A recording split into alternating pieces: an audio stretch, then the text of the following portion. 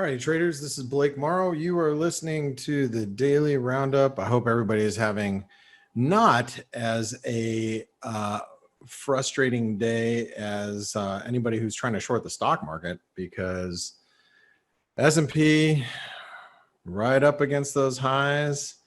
And just when you thought the market might be rolling over, boom, here we are back right at the highs. So, gosh, I tell you, the one-way frustrating market continues, and it's pretty amazing, I have to say. And I can't say that I'm shocked, but I can say that I am frustrated, right? I guess that's allowed, because what it's doing is it's not allowing currencies to move a whole lot when we just get this continuous grind. You guys know the same complaint continues. And I'm sitting here looking at the euro, and do you know what I'm trying to do with the euro? I'm trying to buy the euro. I'm trying to get long down here at like 118. But my fear is if the stock market continues to grind higher, that this is going to stop short of 118 and it's just going to bounce. And would I mind selling the euro higher?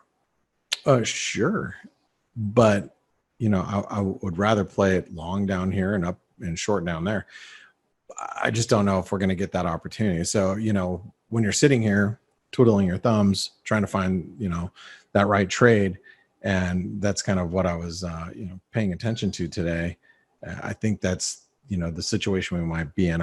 But we'll see. I mean, we'll see if we can get down to support. The one thing I got to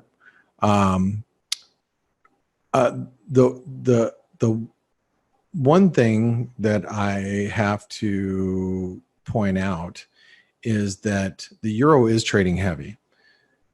And what else is trading really heavy? Gold's trading heavy. See, you know what else is trading heavy? Crude's trading heavy. You know what else is trading heavy? Actually, there's a lot of things. So let's talk about all that. So first of all, gold. In this last move higher in equities, even though the NASDAQ looks like it's struggling today when the S&P is right back at its all-time highs right now, you've got gold that's not too far from support. And you can see triangle resistance rolling over. We're 10 points away from, in my opinion, a very big breakdown. So I was telling the guys and gals in the chat room, and so if you weren't in there, let me kind of clue you in, and because you might be you might not be premium, you might be a light client. So I'll just share with you what I was thinking here. Yeah, we need to see gold turn around, right? We also need to see S&P back below like 3,500, right, 35.25 here, 34.85 here, but really we need to start seeing us break some support levels is the point I was trying to make. I want to see crude oil below 41, which you can see we're approaching channel support right here. This is just a support zone, but this is the channel support, which is really key. So I gotta see that breakdown. I want to see gold breakdown. I want to see the S&P, really start to show some sellers. And I'd like to see the euro trade below this channel support. Okay. Right here. And if all that happens, I'm going to be pretty convinced it's time. What time is it? Hammer time. Just kidding. It's time to probably start buying some dollars. That's when I'm going to look at the Aussie and say, okay, this is probably going to be a failure. This is going to end up being a failed breakout. I'll look at like the Aussie yen, which is trading heavy today. This is going to be a failed breakout on a weekly basis. I'm looking to get short and, whoops, not doing that.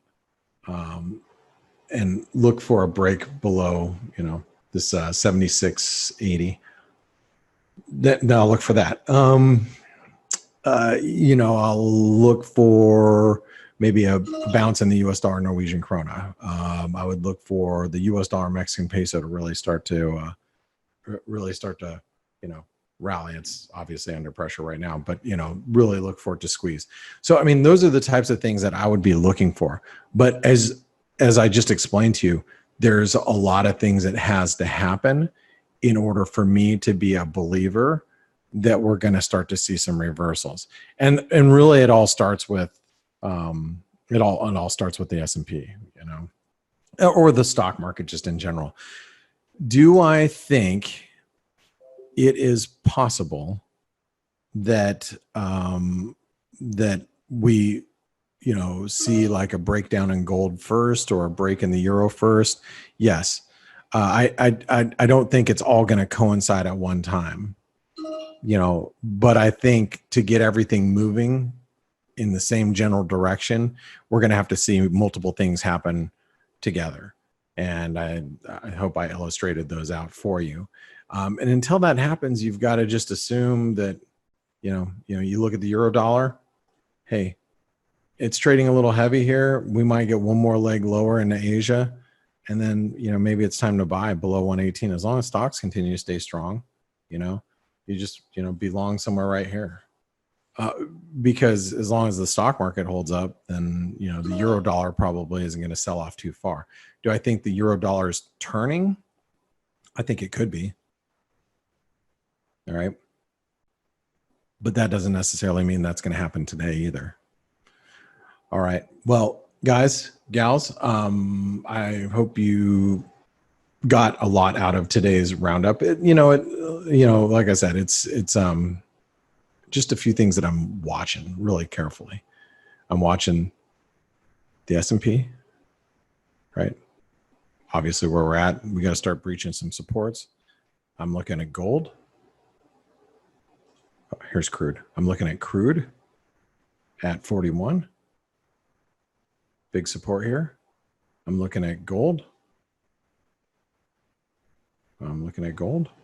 No, I'm not. I can't find it. Oh, there it is. I'm looking at gold at really key support at 1920 on spot. It's probably around 1925, 1930 in futures, if you're trading futures. And, watching the euro as we approach support here. Is there a lot to do right at this moment in time? No, there isn't. So I'm just hoping we start to see some breaks somewhere, but I think it all has to start with the S&P first. And without the S&P trying to find some sort of top, I mean, chances of all these other things happening ain't happening. Probably the euro's a better buy down here, that type of thing. All right, guys. I will see you tomorrow morning on the Face webinar. Thanks everybody for tuning in today. Appreciate it. And have a great trading day. Talk to you soon.